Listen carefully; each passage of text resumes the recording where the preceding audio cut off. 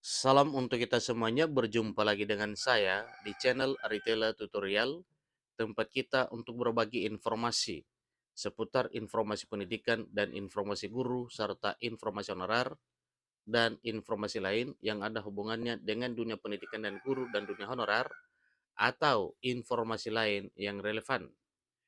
Pada pertemuan ini, saya menyapa seluruh Bapak Ibu honorer setanah air yang selalu setia melaksanakan tugas tanpa mengenal lelah dalam melaksanakan kegiatan pelayanan publik di instansi pemerintah pusat, demikian dengan instansi pemerintah daerah. Saya yakin bahwa Bapak Ibu honorer selalu semangat dan selalu dalam keadaan sehat walafiat. Bapak Ibu, terkait dengan informasi kali ini, untuk keberhasilan dan kesuksesan Bapak Ibu pelamar P3K, baik pelamar honorer kategori 2 hingga pada pelamar umum, maka bersiap-siap untuk menghadapi tesnya. Nah, tentunya kalau seandainya yang dimohon oleh Bapak Ibu honorer, baik pelamar khusus maupun pelamar umum, tentunya yang ada dalam hati adalah berhasil atau lulus pada tes tersebut. Nah, tentunya ada beberapa faktor yang harus diketahui oleh Bapak Ibu terkait dengan keberhasilan pada tes P3K 2023 tahun ini, yaitu kisi-kisi materi P3K 2023 pada tes CIT BKN. Bapak Ibu wajib mengetahui kira-kira apa saja jenis tes dan kira-kira apa gambaran umum terkait dengan materi tes CIT BKN untuk honorer kategori 2 hingga para pelamar umum. Nah, dengan demikian maka Bapak Ibu pelamar bersiap-siap dengan hal ini. Apa yang perlu dipersiapkan, kira-kira apa kisi-kisinya materi P3K 2023, simak informasi berikut, dan jangan lupa dukung channel ini dengan cara like dan subscribe, share, dan komen, serta nyalakan tombol notifikasinya supaya semua informasi yang disalurkan melalui channel ini selalu update di layar Bapak Ibu. Tanpa basa-basi lagi, langsung pada informasinya. jpnn.com Jakarta memuat satu informasi terkait dengan seleksi P3K di tahun 2023 tahun ini. Pelaksanaan seleksi kompetensi pegawai pemerintah dengan perjanjian kerja atau P3K tahun 2023, baik untuk guru, tenaga kesehatan, dan tenaga teknis, dijadwalkan pada 10 November sampai 4 Desember 2024. Itu adalah jadwal yang telah disusun sebelumnya. Menurut Deputi Bidang Sistem Informasi Kepegawaian, Sinka BKN Suharmen, untuk honorer kategori 2 serta tenaga non-aparatur sipil negara yang masa kerjanya di atas 3 tahun, tetap dilaksanakan seleksi kompetensi dengan menggunakan sistem Computer Assisted Test atau sistem CAT. Namun, ada pengecualian untuk honorer seleksi P3K guru. Bagi pelamar prioritas 1 atau P1, yaitu guru honorer yang lulus passing grade P3K 2021 tetapi belum mendapatkan penempatan, itu tidak akan dites lagi karena tesnya itu sudah terlaksana pada tahun 2023 dan dinyatakan lulus passing grade atau lulus nilai ambang batas. Dengan demikian, sampai pada seleksi P3K 2023, para honor P1 ini tinggal registrasi saja bahwa mereka ikut pada tahun 2023 tahun ini dan memastikan apakah mereka masih mau yang menjadi ASN P3K ataupun tidak. Itu khusus untuk guru P1 tidak mengikuti tes lagi. Tetapi yang lainnya wajib ikut tes. Jadi, yang tanpa tes hanya P1. Untuk P1 guru, yang bukan P1 tetap tes CIT. Begitu juga dengan pelamar P3K nakes dan teknis di tes CIT. Ini kata Deputi Suharmen kepada jpnl.com pada hari Minggu 22 Oktober 2023. Lebih lanjut dikatakan bahwa P1 pada P3K guru tinggal penempatan dan tergantung apakah ada formasinya ataupun tidak.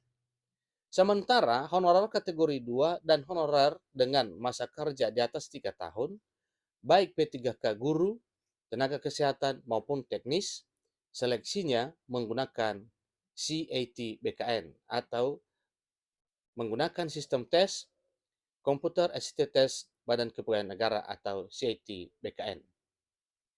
Karena mereka merupakan pelamar pada kebutuhan khusus, maka penentuan kelulusannya berdasarkan perankingan, yaitu perankingan pada sesama honorer.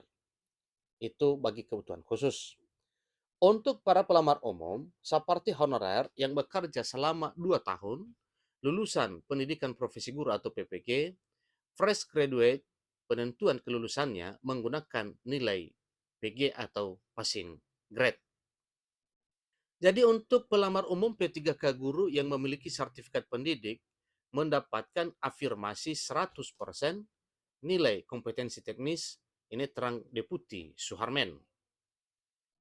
Lantas, apa saja materi seleksi kompetensi P3K 2023 sesuai keputusan Menteri Penanggulangan Aparatur Negara dan Reformasi Birokrasi Kemenpan RB nomor 649 tahun 2023 disebutkan bahwa seleksi P3K terdiri atas seleksi kompetensi teknis, kemudian manajerial, kemudian sosial kultural, ditambah lagi dengan wawancara.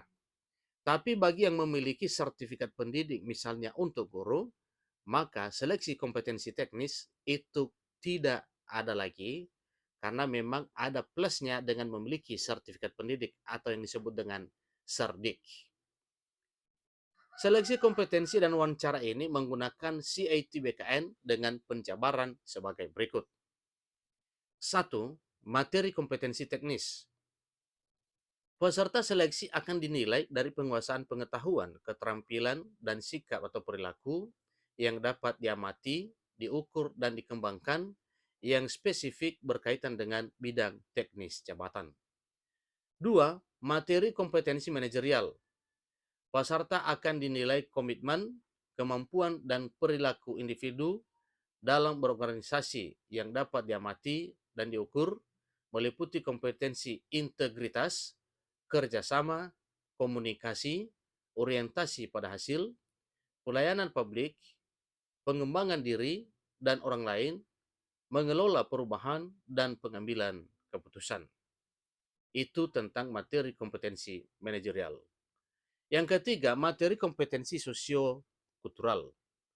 Jadi peserta juga akan dinilai dengan pengetahuan dan sikap terkait pengalaman berinteraksi dengan masyarakat majemuk yang memiliki keberagaman dalam hal agama, suku, dan budaya, juga termasuk perilaku, kemudian wawasan kebangsaan, seterusnya etika, nilai-nilai, dan moral.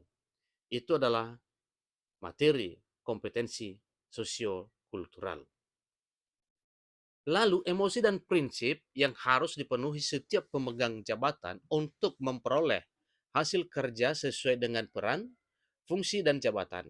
Selain itu, penilaian dalam peran pemangku jabatan sebagai perekat bangsa yang memiliki kepekaan terhadap keberagaman, kemampuan berhubungan sosial, kepekaan terhadap pentingnya persatuan, dan empati. Itu poin ketiga, yaitu mengenai materi kompetensi sosio-kultural. Yang terakhir adalah materi wawancara.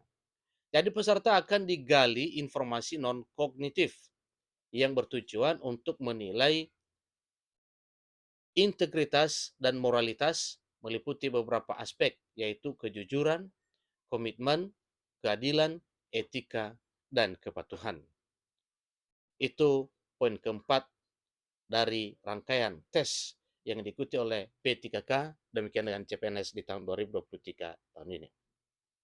Satu catatan, bagi pelamar kebutuhan khusus yaitu pelamar honorer, hanya perankingan dengan sesama honorer, sementara untuk pelamar umum yaitu diluluskan berdasarkan hasil yang telah dicapai melalui nilai ambang batas yang telah ditetapkan atau passing grade yang telah ditetapkan oleh Pansel NAS.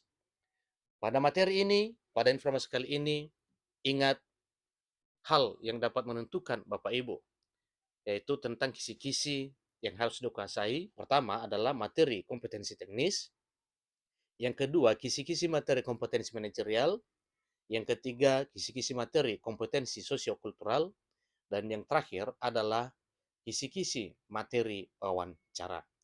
Demikian informasinya, sampai ketemu pada informasi berikutnya. Terima kasih.